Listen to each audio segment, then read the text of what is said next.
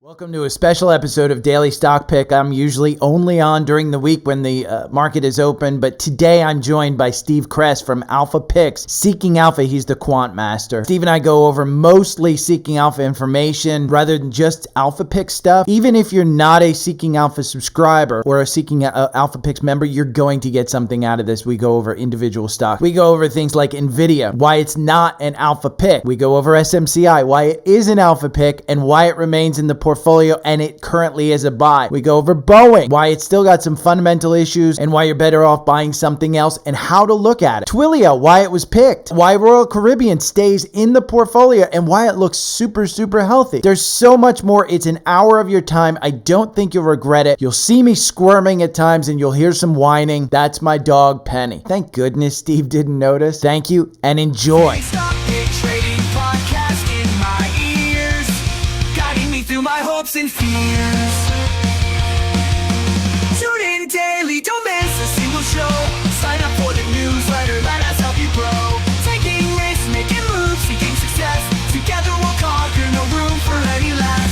Listen now.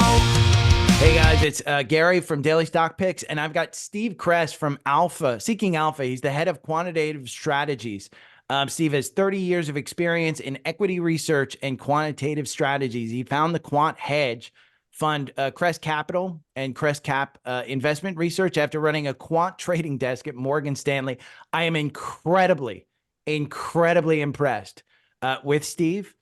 He can do a better introduction than I can, but I was telling Steve off camera, I'm incredibly intimidated. I'm just a douche on the internet who got lucky with a bunch of people that listen to him. Steve is the genius here. This is, I know a lot of my subscribers subscribe to Alpha Picks with the sale that you guys had on, and I'm hoping, I think there's another sale coming up, but they do give me a $50 off coupon. So if anybody wants it, they can go to the link tree and click on Alpha Picks and get it for $50 off. Steve, welcome. I'm happy to have you here.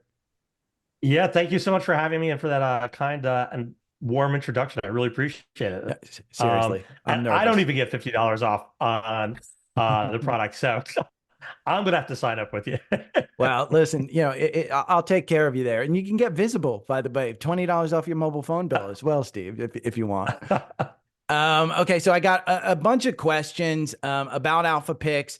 I am a Seeking Alpha affiliate and an Alpha Picks affiliate. I have both.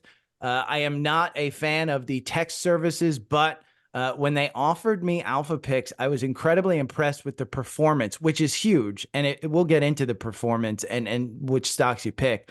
But that was essentially what got me. And so in my mind, anything that these guys pay or anybody pays for Alpha Picks, have enough money in your portfolio.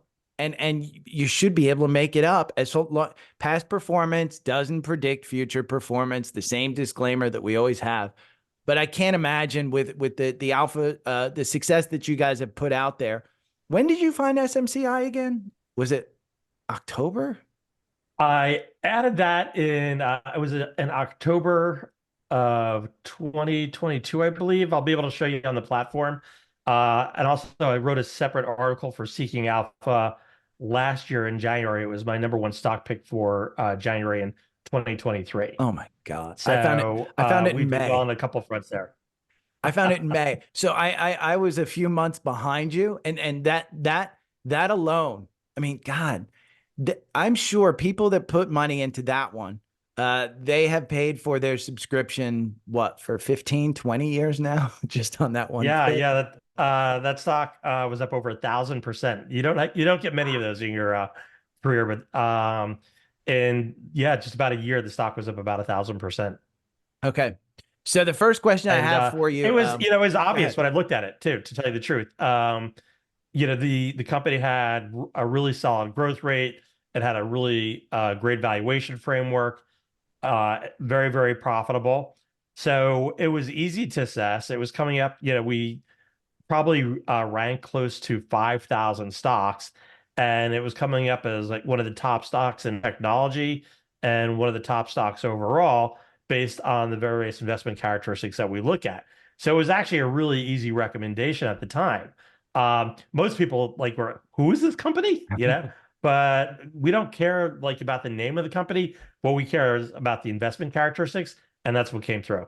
What's interesting is the CEO of TrendSpider, Dan, he tweeted out, I think about 4 weeks ago, 5 weeks ago, it was very recently, that he had started a company before TrendSpider, and they had SMCI install all of the data racks in his server. And he had talked to the guys. He said it was unbelievable. The actual product that these guys installed was far and above anything that anybody had installed in data racks for him. He was standing side by side with them 4 or 5 years ago, I think he said. Didn't buy the stock and still today doesn't own a share. Yeah, don't you want to kick yourself for that? It's like That's we any investor has been there with this. Mine is Qualcomm back in like the 90s, where I launched yeah. Sprint PCS service, and guy came in from Qualcomm and gave us a handset display like model and said, "You guys want to invest in our company?" And then it split like 10 for one and then 4 for one. I mean, it was just, I think $10,000 in that within a year and a half after I left the company would have been worth like $130,000. So I was kicking myself back Yeah, then. you know, it's funny. I've been doing quant for a while, and way back in the 90s when I had screens, Qualcomm was one of the companies that often came to the top. And it was the same thing. People were like, "Who is this company?" I know. I know. Well, that leads us to the first question. How do you find stocks in alpha picks? I mean, I don't know if we want to go into the methodology, but I think that would probably be a good way to start. Yeah, sure. So let me give you a little bit about my background. I mentioned that Okay. I've been in quant for a while. So I do have over 30 years of experience in the investment industry. The bulk of my career was at Morgan Stanley, where I ran a prop desk in quantitative strategies. But I also had a hedge fund that I founded and started, as well as a fintech company, which was acquired by Seeking Alpha. And the fintech company was a company that basically, for lack of a better description, was a robo analyst. And you could put the name of a company in the search bar, and it would give you a research report that would be updated that day. So as opposed to like conventional analysts, where you go to Wall Street and the report could be 4 weeks old or 4 months old. Personally, I found it very hard to make an investment decision on something that would be 4 weeks old. Like going to the newspaper, getting an article from like a month ago and making an investment decision based on that. I couldn't do that. I need data that's fresh. And that was part of the reason why I created Cress Cap Investment Research. And I think Seeking Alpha felt the same way. And they wanted to have it on their platform. And it was just a great integration, because you had the crowdsourced research and the news, and then bringing in the quant aspect was a really nice blend of having both qualitative and quantitative and news. So the platform itself is fantastic. I'm addicted to it. But you have to like doing your own research to use Seeking Alpha Premium. And there are a lot of people who do like to do their own research. There are also probably a lot more people who do not like to do their own research. And that's how we created Alpha Picks, where if you go to the Seeking Alpha platform, we cover over 5,000 stocks, and you could get an independent view from a contributor, or you could get the quant. And you do your research. You could load up your portfolio and see what the ratings are, but you're still doing your own research. There were a fair number of people who said, "Look, I love the quant system, but I don't want to do all the research. Can you just give me a couple picks every month?" And it was sort of on that demand that we decided to create Alpha Picks. So Alpha Picks uses the Seeking Alpha quant model. We have additional parameters and criteria to sort of filter down our very best stocks. So we take a look on a monthly basis, all our quant strong buys.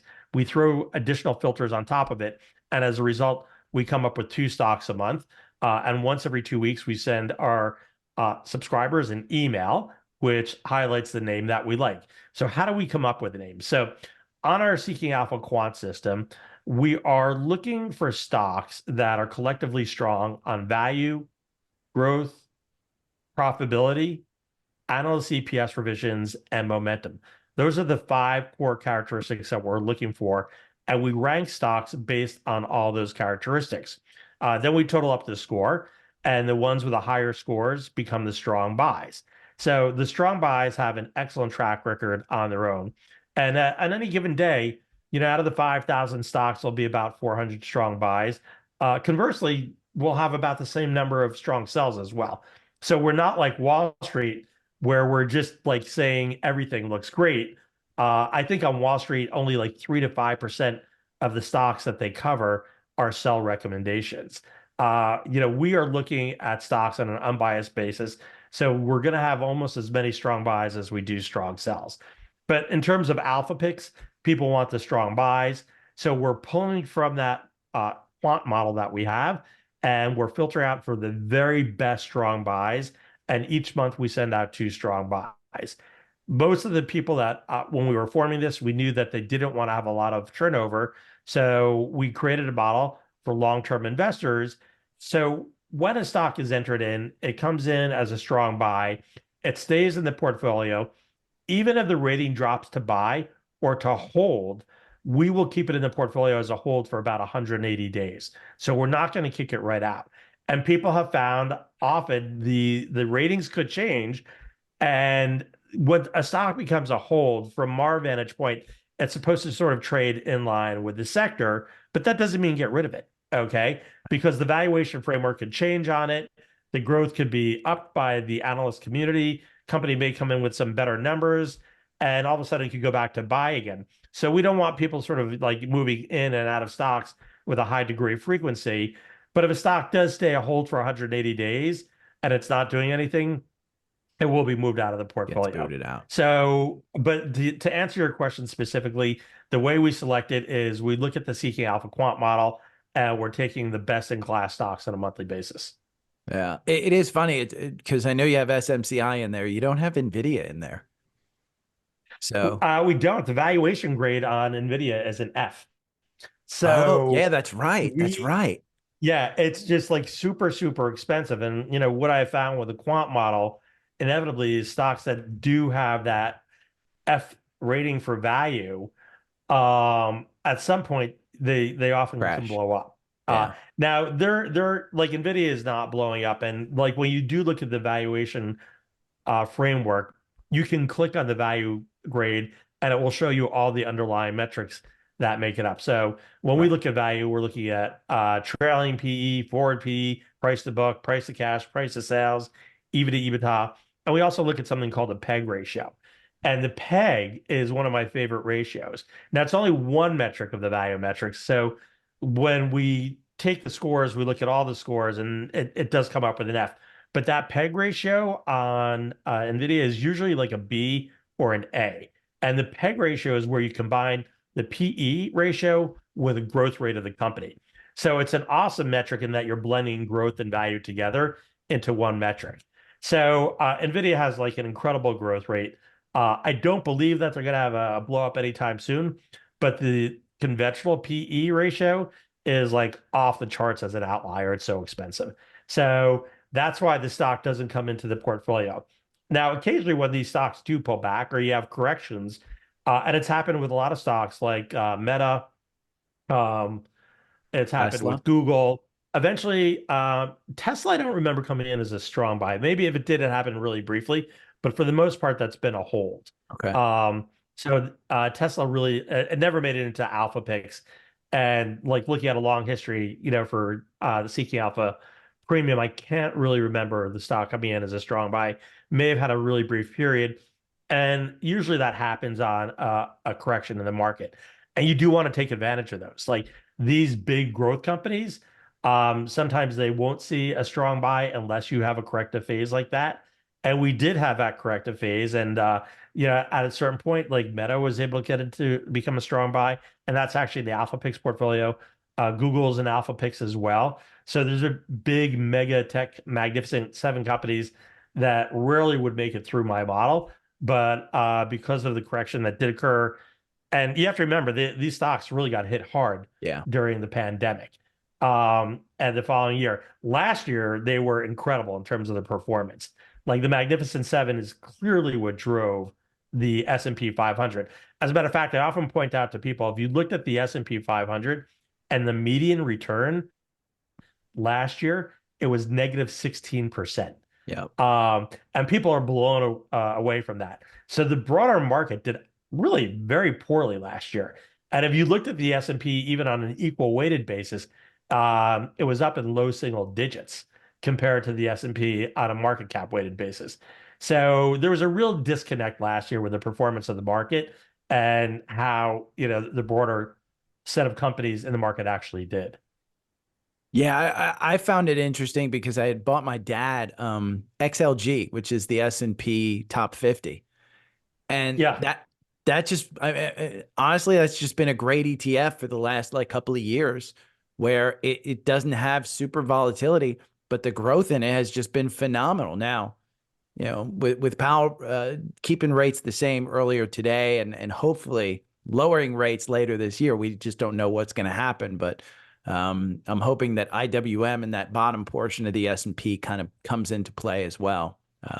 But yeah, I found it funny that you didn't have NVIDIA in there. Now it totally makes sense. And I've been warning about NVIDIA's coming up on the May where they blew up last year was really in the May quarter with the earnings. And so they're going to have a comparable earnings against that huge quarter. And I think they'll do it. But you're really rolling the dice with something like that going into earnings. Now, for a gambler like me, I'm all in. I'm all in, Steve. But yeah, I found it funny that you didn't have it. Now it totally makes sense with that valuation. Why you would have SMCI. And I said this a lot. I think SMCI's valuation is much more reasonable than NVIDIA, even with the growth of NVIDIA. Yeah, compared to many of the tech companies, even Magnificent Seven, Supermicro, despite being up 1,000%, and I tell people don't pay attention to the performance at all. Okay, pay attention to the valuation framework and the growth framework and the profitability. Okay, don't let the fact that a stock is at a 52-week high cloud your judgment because you'll miss out on some of the best opportunities ever. These companies, their stocks are doing well for a reason. Okay. Yep. And you want to buy it for that reason. Stocks that are trading near a 52-week low, they're doing poorly for a reason, and that's why they're at a 52-week low. Don't throw good money after bad, under the, some false legacy that you want to be a value player and you're only going to buy stocks that are near a 52-week low because you'll never perform well doing that. You'll lose money. I mean, yeah. As I always say to folks, you do you, but I'll do me. And so, the 52-week highs never frightened me away. They give me caution and they allow me to trim my stocks. But, overall, and I say this a lot, and you and I talked about this before we started recording, but good companies with good products, with good earnings and good management, that's a winner. And in my mind, SMCI has that, and they're still growing. In fact, you guys had a great article today. I'll point that out. I don't know if it was from a contributor or for one of the editors about how SMCI, the day after the Blackwell stuff came out from NVIDIA, how SMCI just announced new offerings and they can't even keep it on the shelves. And they did a secondary and 875 at 875 a share. 875 in my mind, that's the new support level. That if you can get it below that, kudos to you. If you can't, then just continue to buy it on strength. But yeah, that's the number one stock. And that's the biggest one that you guys have in the portfolio. One of the things that you said to me beforehand, is about selling stocks. And I know you touched on it about selling stocks. How often is there a turnover in the Alpha Picks portfolio? And when you say selling stocks, it's more than twice a month if a stock is justifiably a sell, right? Well, we haven't sold stocks twice a month since starting the portfolio. You've been good at picking them. So yeah, we're sort of in a period now. So we only started about a year and a half ago. Okay. And I think we have about 34 names in the portfolio actively. I think overall we had maybe just north of 40. So there's only about 6 stocks that we've sold out of the portfolio. Typically, it really comes down to the quantitative metrics. And, the quantitative metrics, it's nothing but fundamentals. Okay. To me, quant is just sort of fundamentals on steroids. And you're using the power of computer processing to do your filter and screening for you. So when a stock does become a sell, something has changed. So either the growth framework has changed, or the value framework has changed, or the profitability framework, or analysts are taking their numbers down. And when we have these academic letter grades that we use to identify the core investment characteristics. So when you look at growth, you'll see a growth grade, and it will be anywhere from an A plus to an F. If you're looking at value, it'll have the same type of grade. Same thing for profitability. But those grades are actually sector relative.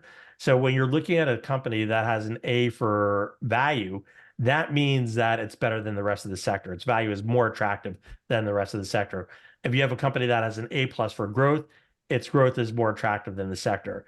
Conversely, if you're looking at something that has a D or an F, it's showing you to the sector. So it provides you an instant characterization with where the company stands on that investment metric versus the sector. So that really tells the story right there. And it's those underlying metrics that will give you that overall directional recommendation. Is it a buy, sell, or hold? So if the metrics change and a stock becomes a sell, it comes out of the portfolio. If it's been in there for 180 days, it could stay a hold for 180 days, but that just means it's been like sort of flat money for a while, and it's just time to make room for other stocks in the portfolio. And I've noticed you have the buys on like the 1st and the 15th. If something becomes a sell, you'll send it out any time of the month. We'll send right? out, yeah, we'll send out we'll send out the sell. So we will send alerts out on anytime there's a rating change Okay. on the stock. And we'll also, like, if stock is up like 10% or down 10%, we'll send out a note on what's moving the stock if information's available on it. I have noticed that. Yeah, I do get the emails from you guys, which are pretty, and the webinars are fantastic that you guys do as well. I love the analysis, and I tell people, you know, if you're just new to this stuff, Alpha Pix is one of the best at identifying exactly what analysis needs to be done to identify a stock as a buy. Since it, you know, it gives you those 2 stocks a month, and then you guys provide that analysis on the back end, which just outlines everything for you. Yeah, we're trying not to kill people with like emails and webinars. So that's part of the point, was just to have like 2 stocks a month. But when we came into earnings season, sort of our promise is, you know, if a stock is up 10%, you know, we'll highlight the reason why. And I think of the 30 odd stocks that we have in the portfolio, about 20 just reported in the recent earnings season. Of the 20, we had 10 stocks that moved up over 10% in the back of earnings. Like, it was a really, really good earnings period for our portfolio. So it's like every other day we were sending out an email because the stocks were doing so well. I know. I remember getting an email, and I'm like, why didn't I start my portfolio with this thing before this earnings period? Because you guys have been killing. I mean, honest to God, well, and that's a good question. The third thing is, if you had, say, $5,000 and you wanted to build a portfolio in Alpha Pix, could you do it? And is that something, you know, Yeah, of how course. would Yeah. you guys do it? Yeah, so let me share my screen with you, and Go ahead. I'll give you a little preview on the platform. So what we're going to look at, you can see over on the top here on the left-hand side, it's the portfolio total return since inception, which started just in July of 2022. The portfolio is up 123% compared to the S&P for the same period at 36%. And as you're looking at the performance here, Super Microcomputer is up 968% since it came into the portfolio. Modine Manufacturing is up 380%. MI Homes is up 246%. AMR is up 164%. PAL Industries is up 156%. Abercrombie and Finch, which we just put in October of 23, is up 138%. So you could see it's not all coming from one stock. There are a lot of stocks here. I think there's a total of 7 stocks that are up over 100%, and we have 10 stocks that are up between 50% and 100% since they came into the portfolio. But to answer your question, if somebody was new, they have a choice here. So if you go to the portfolio page, we rank the strength of the strong buy rating. So you can see Super Microcomputer, Abercrombie and Finch, AppLovin, Modine Manufacturing, and Celestica are top buys here. You could just say, I'm going to go with the top 5 buys, or you could buy the entire portfolio, or you could buy all the strong buys. So there's really a number of choices that you have as a new investor. It really depends on what your risk tolerance is and the amount of assets that you have. So if you're new to investing and you don't have a lot of money, you can actually just buy fractional shares. So you could take the top 5 stocks and just buy, a fraction of each one just to get you started. And then like every month, as we set out 2 recommendations, you could just add those to your portfolio and continue to build a portfolio. So some people just want to use it by cherry picking. This is the page where we show our picks. So twice a month, you'll get the newest picks as well as a portfolio review.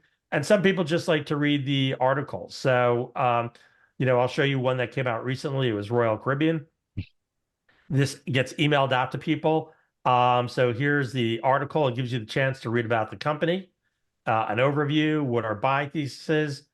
It discusses our factor grades, about the growth of the company, about the value of the company. It's not too long of an article, the potential risk, and our conclusion. So it really hits on the main points. You're looking at growth, profitability, value, and the overall buy thesis. And again, our subscribers get this twice a month. So it's a really convenient service for people who don't want to do a lot of research and just want to have the best ideas served up. It is funny because I looked at Royal Caribbean. In fact, Marley from my podcast, he said, with the economy slowing, why Royal Caribbean? You and I were joking before. What's the slowing economy? But Royal Caribbean did. It was funny because I remember, now that you showed me the article, I remember reading it. And one of the things that I was always concerned about with Royal Caribbean was their debt, how much debt they took on during the pandemic. But I think you covered it in that article. Exactly why you think it's a highlight something. I want to ask you a quick question. Okay. How long have people been talking about a recession? I know. It's the Michael Burry. It's the Michael Burry. He would you say, is it a year? Is it a year? A year and a half, 2 years, 3 years that a recession is coming? And those people have been, and they've been out of the market, Steve. They pulled their money out of the market because they're in fear of a recession, and they've missed a run up. It's a year-old story at minimum, okay? The stock has run up 120% in the last year. Yeah. I think people know that there's a potential for a recession, but irregardless of that, okay, the stock has very strong investment characteristics. It's fairly valued. It's a good value. Its growth is A relative to the sector. So this is in the consumer discretionary sector. So versus the entire sector, there are 526 stocks in the consumer discretionary sector. Out of the 526 stocks, its growth is an A compared to all those stocks. Profitability is an A. Momentum is an A. Analyst EPS revisions is an A. Okay. There's nothing not to like about this stock, and the growth has been fantastic. So this is the Seeking Alpha premium site. You don't have this with Alpha Picks. Right. This gives you the ability to put in any one of 5,000 stocks and take a look at a page like this. So if I click on growth, you can see the revenue growth year over year was up 57%. The forward revenue growth for the company is 25%. And the grades are very transparent. We show you what that grade is. And that gives you like an instant characterization of where the company stands. But the transparency is, if you look to the right, you can actually see what that forward growth rate is. And then you can see what it is versus the sector. So the sector is growing at about 3.96%. This company is growing at 25% for a forward revenue growth rate. That's crazy. If you look at the bottom line, the EBITDA, the forward growth rate for the EBITDA is 103% compared to the sector at 4%. Wow. Okay.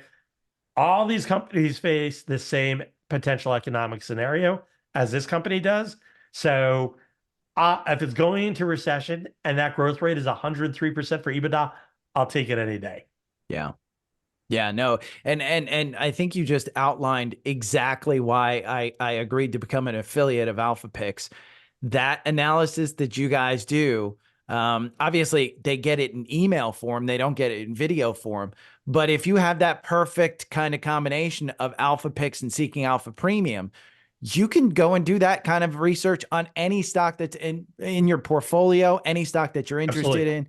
It's fantastic. So, but again, I think, taking your money and starting a Seeking Alpha or an Alpha Picks portfolio, You know, the proof is in the pudding with your returns, and I'm shocked Thank at you. it. I mean, you know, honestly, I said it before. I'm completely intimidated. My returns are pretty good over 20 years, but it doesn't match anything like this. Um, so yeah, And it's, you know, it's just investment fundamentals. We're, you know, we're just like I said, we're looking for stocks that are collectively strong on value, growth, profitability, earnings revisions, and momentum. Those are just core factors, and we're just using the power of computers to screen out and identify the ones that hit that sweet spot. and it does go back to what both you and I talked about it before, maybe even before the recording, but both of us agree buying and holding it is the way to grow wealth. And Yeah. you guys promote that exactly because you're not in and out of stocks. The stocks that you have that are runners stay in there, even though, you know, they may be hitting all-time highs, 52-week highs, but if the fundamentals are there and they remain a buy, why get rid of them? Yeah, who wants to own a stock that's hitting a 52-week low, right? Like, I want to own stocks that continue to hit that 52-week high year in and year out. Yeah, you can't time the bottom. No matter what anybody thinks, you can't time the bottom of the market. And in fact, I think over the past week, I've gotten 4 or 5 questions. Is it the bottom in Boeing? And why time the bottom in Boeing?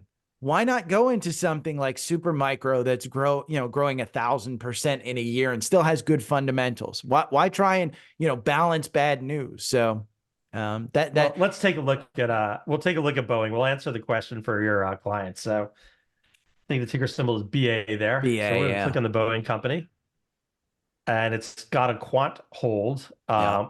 The CK Alpha contributors think it's a hold too. Wall Street thinks it's a buy.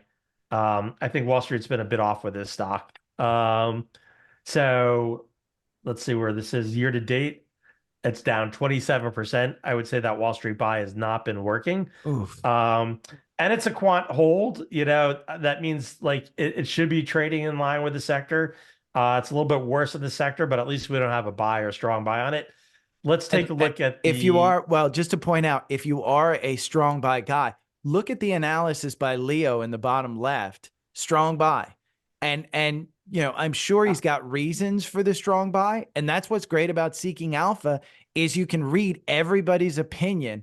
And the market's filled with a bunch of opinions. In my mind, you know, you go back, yeah, March 15th, that guy called it Boeing's brand is dying.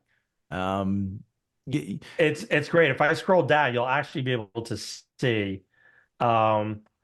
If you look at the Seeking Alpha contributors, there's 4 cells. Yeah. And there's 1 strong sell, but then there are 8 buys and 1 strong buy. So the overall consensus on it would be a hold. But look at Wall Street. That's 17 strong buys. Is that crazy? Stock's down 27%. I know. How do all these top analysts miss that? You know, it's just it's crazy. How do they keep jobs? How does it, you know, you look at what is it, tip ranks or something where they rank analysts on Wall Street? It's shocking to me. Shocking. But yeah.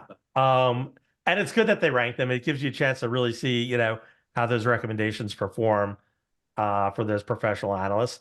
I'd say, you know, I do like professional analysts for their earnings estimates. I feel like they really do try to nail earnings estimates. They put a lot of time and effort to making sure that they get as close as possible. But when it comes to the directional recommendation, like a lot of them are going to be buys because they want the investment banking business, or they want to have the bragging rights that they're bringing management of a company around. No management of a company is going to agree to go around with you if you have a sell on it. Okay. Well, and that's what the Wall Street analysts are dealing with. Hit the buy on Wall Street, because what I always go down to in Seeking Alpha is the Wall Street the price target. So if you hit the buy up top, if you go to the rankings and you go to the Wall Street rankings, I always click on that, because then you scroll down and you can see where, like, it says 37% upside to the $257 Wall Street price target. I don't get it. I don't understand it in a stock like this, but I typically do. One thing that I love that you guys provide is that price target versus actual price. And it does provide me, again, this isn't a good a company with good management or good products. Right now, it's bad products and it's bad management that's doing it. But in a good company with good products and good management and all of the goods, if you were that far off from your price target, it might provide an opportunity.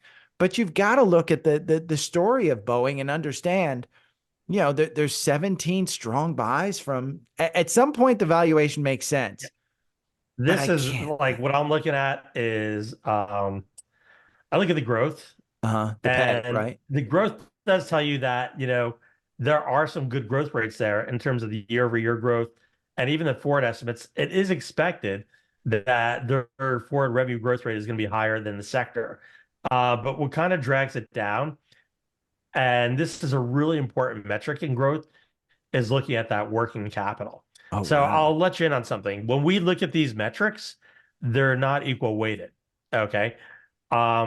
We tend to overweight certain metrics that are more predictable than others. Okay. And believe it or not, when you're looking at growth, That's working huge. capital is a really important metric.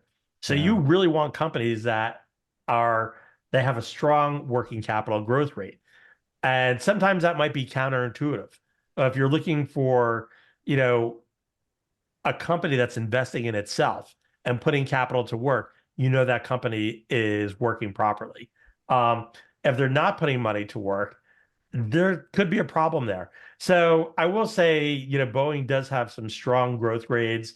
You're not seeing anything come across in the bottom line basis, though, for EBIT or EPS. And that's because the numbers are non-meaningful in terms of the bottom line. There's a lot of negative numbers mixed in with positive numbers, and that's why they're non-meaningful. And that's why you're really just seeing the, revenue numbers here. The only thing we have really in the positive domain is the EBITDA year over year, but we don't see it on a forward basis. So when you take a look at the company's valuation, the PE is 53 times, Wow. okay, versus the sector at 18 times. Yeah. On a forward basis, it's at almost 40 times. It's a 84% premium to the sector. That's a stock that's overvalued, and that's why you really don't want to touch it. And you're seeing nothing on a peg basis. So they can't combine the growth. You can't figure in the growth with this company in the bottom line. So that's why that's coming through as a non-meaningful number. Overall, like I said, it's there as a hold. On a 1-year basis, the stock is down 8%. It's nothing horrible, but year to date, it is not off to a good start. No. And I don't know what the catalyst is for a good thing, because planes take off every day. It's not like, hey, we had a safe flight today. That's not going to throw it up high. All right, now we'll show you an alpha pick stock, super microcomputer. It's my favorite. That stock has actually come off in recent days. In the year, it's up 800%. Year to date, the stock is up 200%. So our strong buy has definitely worked out well. Even in the course of the month, the stock is up almost 20%. But in the last couple of days, it's come down fairly hard, and that's because they've had an offering. And sometimes when a company announces an offering, and people sell out of it, that's a great opportunity to buy. Yeah. And what makes this a great opportunity to buy? I will show you the growth for this company. And where you saw with Boeing, there were no metrics for a majority. Here across the board, it's almost A pluses. So when you're looking at the company on an EBITDA basis or an EBIT basis or earnings per share, look at the forward earnings per share. It's an A plus. It's got a 71% growth rate for its EPS versus the sector. And this is the technology sector. This isn't just the broad market. This is the technology sector. The EPS growth rate is 6.5%. So just so people know, when I'm looking at the sector growth rate, we're taking consensus numbers. This isn't Seeking Alpha's numbers. This isn't Steve Cress's numbers. We're looking at what the numbers are for the sector. When we're looking at the EPS for Supermicro, we're taking analyst consensus estimates.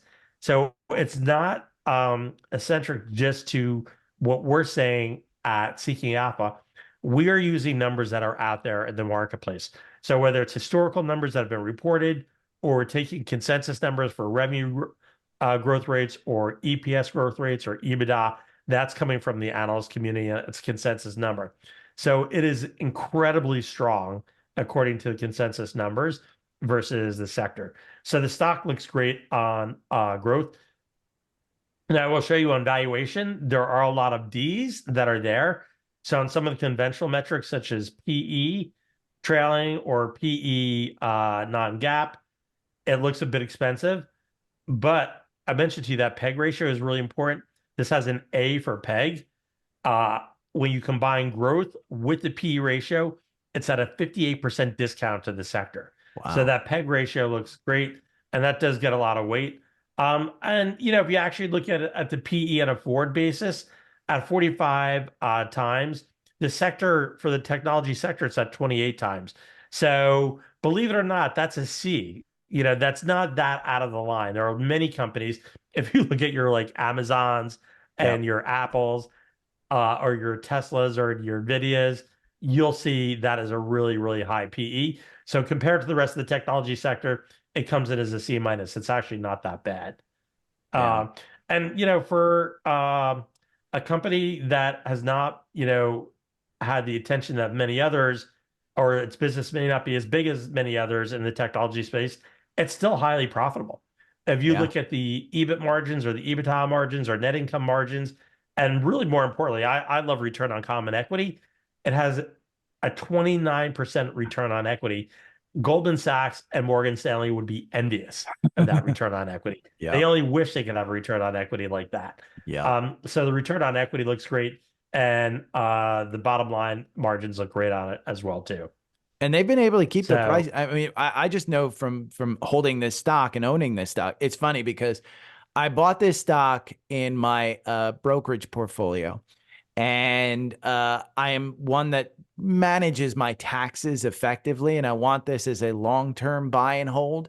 And I didn't want to deal with the pullback, so I started actually trading it in my retirement portfolio so that overall I could get in and out during the downturns if I needed right. to, and not get killed on it.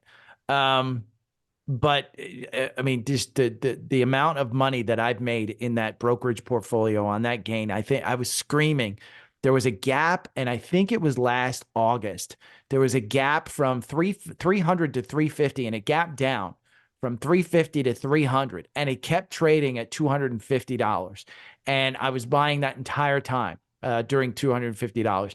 And I said, it's going to cover that gap. And then when it hit that gap, Steve, I think it hit it in November or late October, it took off. And that's the straight up that you're seeing in November. I Yeah. think it started to take off, but I think maybe January in that chart is where it really started to take off. But there was a huge gap, and I think it's back in that August timeframe where you're seeing that little dip. And it was a huge gap, but God, it just took off in January. Yeah, and they announced their offering the other day, and as I said, the stock has come off, almost 19%. But you can see in the post market, it's actually trading up now. So Yeah. the announcement, people have absorbed it. Yeah, it's going to be a bit dilutive, but then they still look at the fundamentals, and the stock just ranks really high on its fundamentals. So the dust is starting to settle. It could be a great time to start looking at the stock again. It's only got 45 million shares floated out there, and they only Yeah, did 2 million more. That's nothing to me. That's I not really, that. yeah. Yeah, they're taking that and putting it back into the business, and that return on capital that you just went to. Yeah, they're taking the capital and they're going to make you more money. And the business is growing, and they're what's interesting is like we'll pull up NVIDIA, and you're definitely familiar with the growth rate there. Yeah. You could say that Supermicro might be part of the trade wins, it's carrying off of it NVIDIA. But the truth is there's not many companies like that provide the type of storage and cooling that could handle AI chips. Yeah. So they're in front of the game. Okay. NVIDIA's in front of the game, and Supermicro's in front of the game. And as long as NVIDIA keeps doing well, you're going to need racks that can cool their chips. You're going to have to go to Supermicro computer. Yep. Yep. I think Dell is the other one that's using NVIDIA chips and putting in the server racks and stuff. But even they don't have as good a rig as SMCI, from what I understand from my data folks. So Yeah. Any other questions I can take from you? Anything coming in from your clients at all? I do have, oh, do you have a limit on the amount of stocks that you put in Alpha Picks? We don't have a limit, but during our back tests, it would run anywhere from like 60 to 80 stocks when we ran our back test. So just to let people know, before we move forward with the strategy, being a quant, we thoroughly back test that strategy. Right. And this strategy was back tested to 2010. So before I put my money in a strategy, I want to make sure that it's good, got a good back test. And yeah, back test is historical. It's not the future, but there are things to learn from history. And that's why we test out these strategies. So we fully tested out this strategy, and I think at its peak level, it was like around 80 stocks. You'll see soon we will have more stocks starting to come out of the portfolio. Remember, it's only been around about a year and a half. Yeah. So I know it's hit the ground running with its performance. It's been fantastic. But as more and more holds come into the portfolio, they will get kicked out after 180 days. But it's not a high degree of turnover. It's pretty low. And that year and a half has been really good with the market, but you guys have outperformed it. I did get asked about TWLO and AMPH as picks. Okay, let's so what I'm going to do is I'm going to take you back to the Seeking Alpha site. Now, you don't see this in Alpha Picks. Again, Alpha Picks is basically a service where we just tell you what the best ideas are, and we send out an email. This is looking at our, you have Alexa going off here. Well, and Just, you went Alexa, stop. You went I don't know why we triggered that, but I don't know either.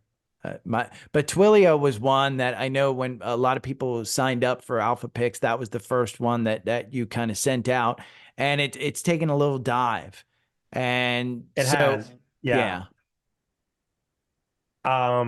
So, what we've seen with it, it's still a hold recommendation. So it's still in the portfolio, but this stock is one of the few that did not do well. It's down about 18% year to date. And the interesting thing is, like, you could take a look at the earnings, and off of the last quarter, they reported on the 14th of February. You could see that EPS on a normalized basis beat, but on a GAAP basis, it missed. On a revenue basis, it beat. So when analysts took a look at the numbers, there were some revisions that went on, but our revisions grade is still a B plus. So what does that mean? What it means is in the last 90 days, 25 analysts have revised their estimates up and 7 have revised down. That's still a pretty good number. So to come off of earnings and have that many analysts take the numbers up, it's still pretty impressive. So they think that the company is going to continue to, hit their earnings. It did miss on a GAAP basis, but it did beat on a normalized basis. So I think, that combined with some guidance, it just made the stock pull back. What we're looking at on a valuation basis, the value grades, for PE, it looks good. EV to sales look good. So, it gets an overall B plus for valuation. If we're looking at profitability, that comes in line with the sector. There's nothing that has me concerned when I'm looking at these profitability metrics. Again, overall, we look at all the metrics. We'll look at gross profit margins. We'll look at ROE. We'll look at return on total assets. I guess the CapEx to sales is a bit weak. That weighs it down a little bit. And the net income margin's a little weak. But overall, the profitability grade is okay. So I think it was really, missing on a GAAP basis. It was a little bit tricky. People were uncertain. People were uncertain with the guidance as well. And that's what brought the stock down. If you look at the stock in the last month, it's actually up 7.8%. Yeah. So it's starting to sort of redeem itself a little bit. And look, when we recommended Super Microcomputer, I think in the first 2 weeks, the stock was down 20%. There was a firm that issued a short recommendation on Super Microcomputer, and it got hammered. I think another stock that has done really well for us is that got hammered too. When we first, I think, came out with it, the stock came off 15%. Yeah.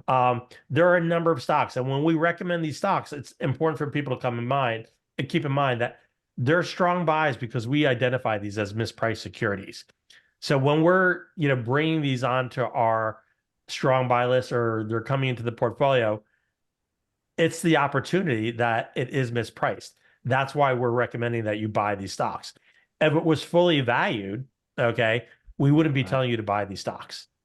And I got to tell you, Twilio, I used that at my old job through the IVR, and the software is just amazing. I mean, just an amazing piece of software, and I loved using it. And so I'm a fan of the company. I haven't bought it yet, but I plan to. I'm waiting for my algorithm to kind of tell me when to buy it. I think it triggered at about 61 or so. I think it went up to like 63, and then I wanted to wait for it to pull. No, my algorithm 56, I think, maybe. Yeah, I think it was 56. It was that during that downturn with the earnings. And I always say any reaction in the market is an overreaction. So if you want to buy it, but if my algorithm triggers it right after earnings, go and buy it because most likely you're going to fill that gap right back up. And I think that's what Twilio is going to do. But hey, none of us know what the hell is going to happen. Yeah, But I mean, this company that you'd see in the news headline here, yeah, just 3 down on March 5th, they announced a right. $2 billion buyback program. I I know. mean, just like amazing. I know. $2 billion buyback program. So I like the fact that the stock is starting to trade well now. Last month it's up about 7.8%. And my guess is if the momentum turns around, and it's starting to turn around now, if that goes back into sort of B territory, you'll probably see the quant go back to a buy or strong buy. Okay. The other one, AMPH. You and I were talking about this when you were shocked that it wasn't doing better. Yeah, I really am surprised about this. Analysts have revised their estimates down a bit on the stock, and I think that is been impacting it. It is a hold as a quant rating right now, but let me show you the growth of this stock. All right. Wow. This is like incredible to me. And again, this isn't like Seeking Alpha's growth estimates. This is taking what the company actually reported for the historical numbers, and for the forward numbers, it's the consensus of Wall Street analysts. The forward revenue growth rate on this company is 19% compared to the sector at 9%. The EPS, okay, it's a 36% forward EPS growth rate versus the sector at 11%. It's at a 211% premium to the sector in terms of its growth. I love the growth numbers on this company. It just looks fantastic. It's so much higher than the rest of the sector. Whether you're looking at revenue growth or EBIT growth or EPS or operating cash flow, it's crushing the sector in terms of its growth. That's And we crazy. look at the valuation. Look at the valuation. On a Wow. PE, it's cheaper than the sector, okay? The forward PE for this company is 11 times. The sector's at 27 times. I think the overall S&P is somewhere like around 29 Yeah. or 30 times for the PE. So it's at a vast discount to the sector. The valuation framework looks great. The growth framework looks great.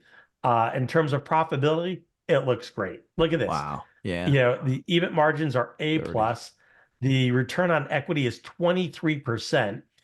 The healthcare sector actually has a negative return on equity. Okay. The sector median for the healthcare sector is negative 42%. And this company is coming in at 23%. So, what has brought the stock down? If we look at the earnings revisions, there's not a lot of analysts that cover the company, Yeah. but there's 4 analysts. And of the 4, 3 of them in the last 90 days has revised their estimate down. And it could be as small. Yeah. If you're looking at their actual what they reported, they came in at 88 cents. It was a 3-cent miss. Okay. Wow. The revenue actually beat to the upside. So I'm a little bit perplexed. I guess it was the miss and maybe the healthcare sector, the momentum overall. It has not traded well versus the healthcare sector recently. But if you do go back a year, so if we look at the momentum for this company versus the healthcare sector for the last year, it's up 22%. The healthcare sector is actually negative 4%. So that long-term data point is actually really strong. It's the near-term data point, the last 3 months, where it's underperformed. And I think it's just because people were expecting that earnings report to be better. They Yeah. were a little bit disappointed by it. And the stock came off. But if we look at the core investment characteristics of growth, value, Yeah. and profitability, I think the stock looks great. It's almost like buying one that just the market has, and I hate saying that the market has missed it because the market misses nothing. I always say the market knows whether your grandmother is making meatloaf or turkey for Christmas in January. It's all priced in. But this one, yeah, this may be the first one that I actually add as part of the alpha picks because it does. Yeah, and I don't normally tell people to add a hold rated stock. Right. It has not performed well, but like I said, the fundamentals on this look fantastic. And I got no healthcare stocks. Honestly, and kudos to me for not getting into healthcare because most of healthcare has just bombed compared to everything else. But I do need exposure. Yeah, So the only that might the be a ones good that have one. done well in the healthcare, the drugs that are focused on weight loss. Yeah. GLP. And those have really just been over the last like year to 2 years. Yeah, I've been touting that we're in an AI and GLP-1 market, and anything else, just Right. buy and hold it because it might come back, but very much, if you're growing stuff.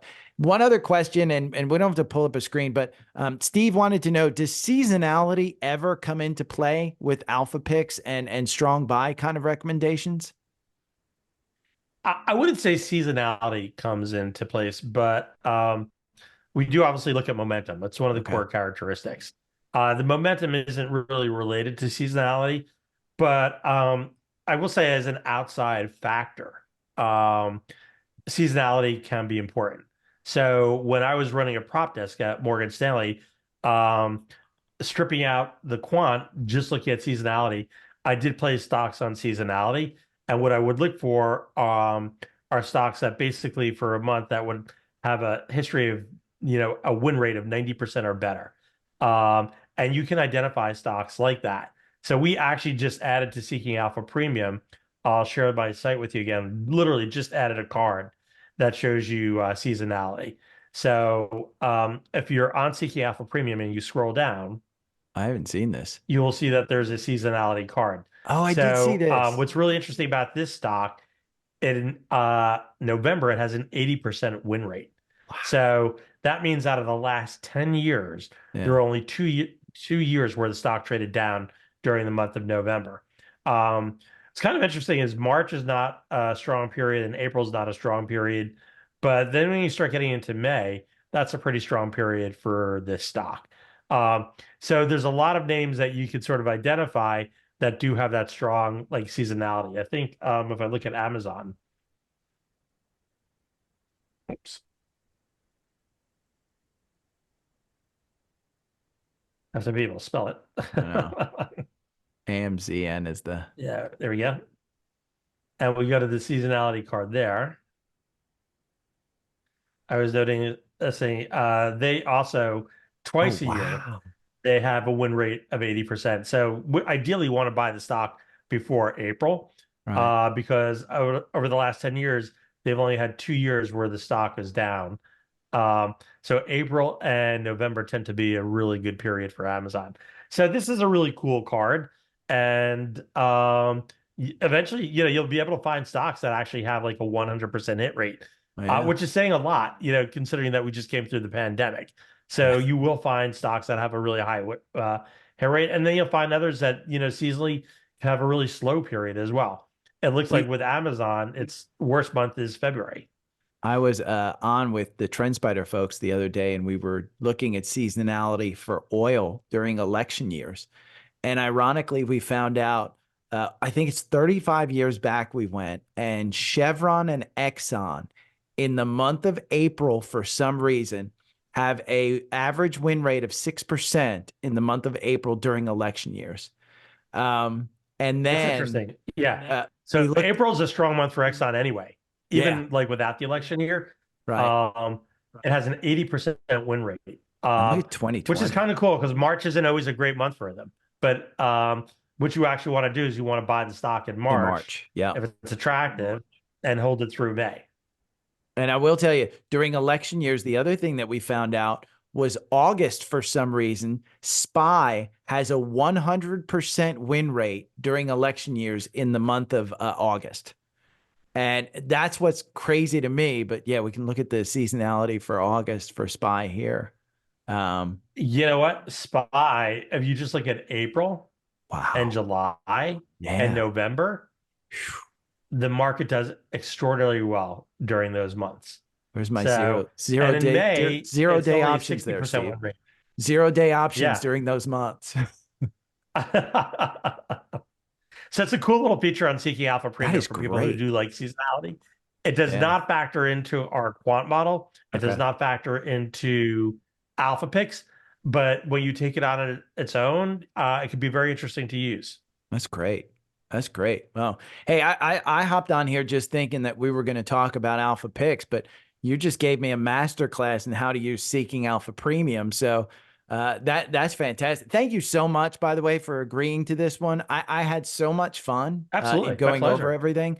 I hope you got that people will sign up. Use the link tree down below. I don't know if I'm going to do an outro or if I'm going to just kind of leave it as it is because we're not editing this. Nothing was taken out. Nothing was put in. This was all just kind of off the cuff. So I really appreciate you just kind of playing with the cards that were dealt. And there was nothing in here that I ponied up some questions to Steve. He fully disclosed to me he did not read them before coming on here. So again, thank you. I'm incredibly impressed.